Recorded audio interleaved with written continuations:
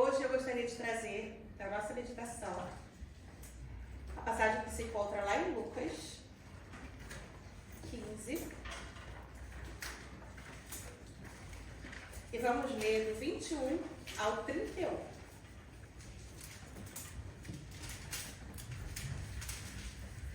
Lucas 15, do 21 ao 31. Diz assim a palavra de Deus. E o filho lhe disse: Pai, pequei contra o céu e perante ti, e já não sou digno de ser chamado teu filho. Mas o pai disse aos seus servos: Trazei depressa o melhor vestido e vesti-lo, e ponde-lhe um anel na mão e alparcas nos pés. E trazei o bezerro cevado, e matai-o, e comamos, e alegremo-nos, porque este meu filho estava morto e reviveu. Tinha-se perdido e foi achado. E começaram a alegrar-se. E o seu filho mais velho estava no campo. E quando veio e chegou perto de casa, ouviu a música e as danças. E chamando um dos servos, perguntou-lhe o que era aquilo. E ele lhe disse: Veio teu irmão, e teu pai matou o bezerro cevado, porque o recebeu são e salvo. Mas ele se indignou e não queria entrar. E saindo o pai, estava com ele.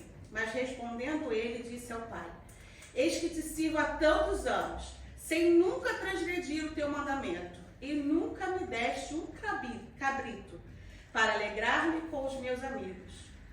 Vindo, porém, este teu filho que desperdiçou a tua fazenda, com as meretrizes mataste-lhe o bezerro cevado. E ele lhe disse: Filho, tu sempre estás comigo, e todas as minhas coisas são tuas. Amém?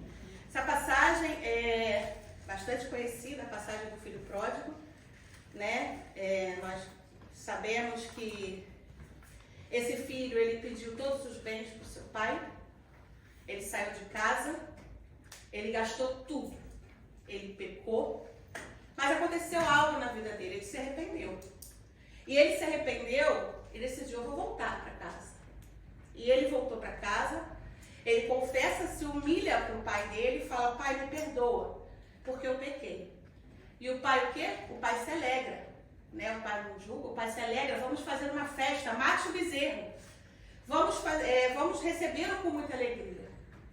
Mas o foco de hoje aqui, nós não vamos falar sobre o filho pródigo, mas sim sobre a atitude do irmão do filho pródigo, né? E o que o irmão fez? O irmão, ele se alegrou? Não. O irmão do filho pródigo, ao ver que ele chega, ele, depois de gastar tudo, se arrepende, o pai faz uma festa, ele se indigna com aquilo, ele fica indignado com aquela situação. Ele sente inveja, ele sente amargura e pensa: por que para ele e não para mim? Eu que sempre trabalhei, meu pai nunca me deste um cabrito que fosse. Eu sempre estive lá ao lado do meu pai e ele nunca me deu nada. E esse sentimento, o sentimento de inveja, é algo que não é novo. A gente sabe que isso já existe há muito tempo. A Bíblia nos relata várias passagens sobre a inveja. Gênesis 4, Caim mata Abel. A oferta de Abel foi melhor que a de Caim, a oferta a Deus. E por causa disso, Caim tem inveja e mata Abel. Gênesis 37, a família de José. José era o filho preferido de Jacó, a família de Jacó. José era o filho preferido de Jacó. E o que os irmãos dele fazem? O jogam dentro de uma cisterna e vendem ele como escravo, por causa da inveja. A família de Jacó também teve esse problema. 1 Samuel 18, Saul perseguindo Davi. Quando Saul percebe que Davi estava cheio do poder de Deus, ele sente inveja e tenta matar Davi.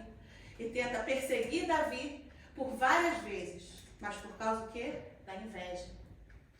Daniel foi jogado na cova dos leões porque ele era o quê? Bom? Porque as pessoas viam nele que ele não fazia nada de errado, sentiram inveja e vamos fazer algo para que ele possa também ser condenado e jogam ele o quê? Na cova dos leões. E o que a gente, acredito que todos conhecem, o mais que nos lembra, né? Em Mateus 15, os sacerdotes que entregaram e condenaram a Jesus. Por motivo de quê? Inveja. A Bíblia nos fala, Mateus 15, 10, por causa da inveja, os sacerdotes decidiram entregar Jesus. E a gente pensa que todas essas atitudes, né? Do irmão do filho pródigo, Caim, família de Jacó, Saul, Daniel, os que estavam com Daniel, os sacerdotes, tudo por causa da inveja, da amargura, do ciúme, da indignação, do desgosto. E aí eu falo com os irmãos, olha o que esse sentimento, causa de destruição, ele é enganador. É um sentimento que nos torna cegos dos nossos atos. A gente faz algo que a gente não imagina que a gente está fazendo. E para nós refletirmos, a gente sente inveja quando algum irmão ora e a oração daquele irmão do nosso lado é atendida. Ah, mas eu também orei, mas a dele foi atendida primeiro. A gente sente inveja quando a bênção do irmão chegou primeiro que a nossa. A gente sente inveja quando o irmão desviado volta para Cristo. A gente sente inveja quando o irmão comete um pecado contra o outro irmão. E aí ele vai e pede perdão. E esse irmão é perdoado. A gente sente o quê quando o irmão faz tudo certo? Ele é perfeito.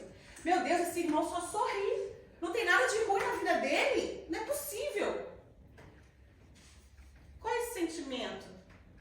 É inveja que a gente sente? A gente sente amargura pelo nosso irmão? E digo para vocês, meus irmãos, se a gente tem esse sentimento, nós somos o irmão do filho pródigo. Nós temos inveja das coisas que ele conquista, que o nosso irmão do nosso lado está conquistando. De um convertido, de um desviado que volta para a igreja. Só que crente não pode ter inveja, não. Lá em Gálatas 5:26, Paulo exorta e diz: não sejamos cobiçosos de vanglórias, irritando-nos uns aos outros, invejando-nos uns aos outros. Então esse sentimento não pode existir em nosso meio. E a gente pensa, mas inveja todo mundo tem. Como que eu tenho que agir? Romanos 12:15. Alegrai com que se alegram, chorai com os que choram. Não é muito motivo de alegria a gente sorrir junto com o irmão que conquistou uma bênção? Não é mais prazeroso a gente ver a vida de um irmão regenerada? Um filho que saiu das drogas e a mãe vem cá contar um testemunho? Não é alegria? Não dá alegria da gente ver o irmão sendo curado, do irmão sendo abençoado, de um milagre na vida dele? Isso é motivo de alegria. Da gente ver a família restaurada. Isso é motivo da gente se alegrar com os que se alegram. Mas por que nós temos que nos alegrar? Como a gente fez a leitura aqui em Lucas 15, o último versículo que nós lemos, ele fala assim: e ele lhe disse, filho, tu sempre estás comigo, e todas as minhas coisas são tuas.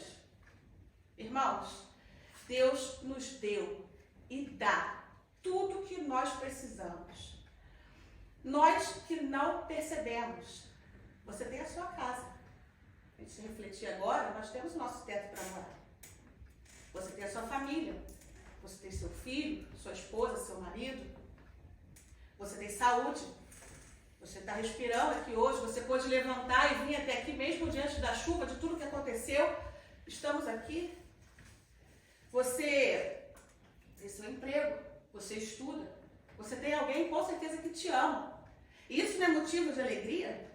Isso não é motivo de deixar a inveja de lado e pensar na alegria do meu irmão, na alegria de quem está perto de mim? Deus, com a sua imensa misericórdia na nossa vida, Ele nos restaura, Ele tem paciência com nossos erros, Ele nos acolhe e nos abençoa no tempo dele. Às vezes, se o irmão recebeu a benção antes de mim, mas eu oro mais tempo, não é o tempo certo de você receber a sua bênção. E Ele quer que a gente se alegre. Os que se alegram, a gente precisar chorar, vamos chorar também. Porque o mais importante, como o pai do filho pródigo disse, não são os bens, não foi o bezerro, não foram os cabritos, mas sim a alegria do pai. Foi o quê? Foi o filho retornar à casa. Foi a alegria do meu irmão. Então, Então, que nós possamos nos alegrar, né? Ter alegria nos momentos que às vezes vai querer surgir aquele sentimento ruim. Não, mas é motivo de glorificar e alegrar, porque a minha hora também vai chegar. Amém? E eu agradeço a oportunidade em nome de Jesus.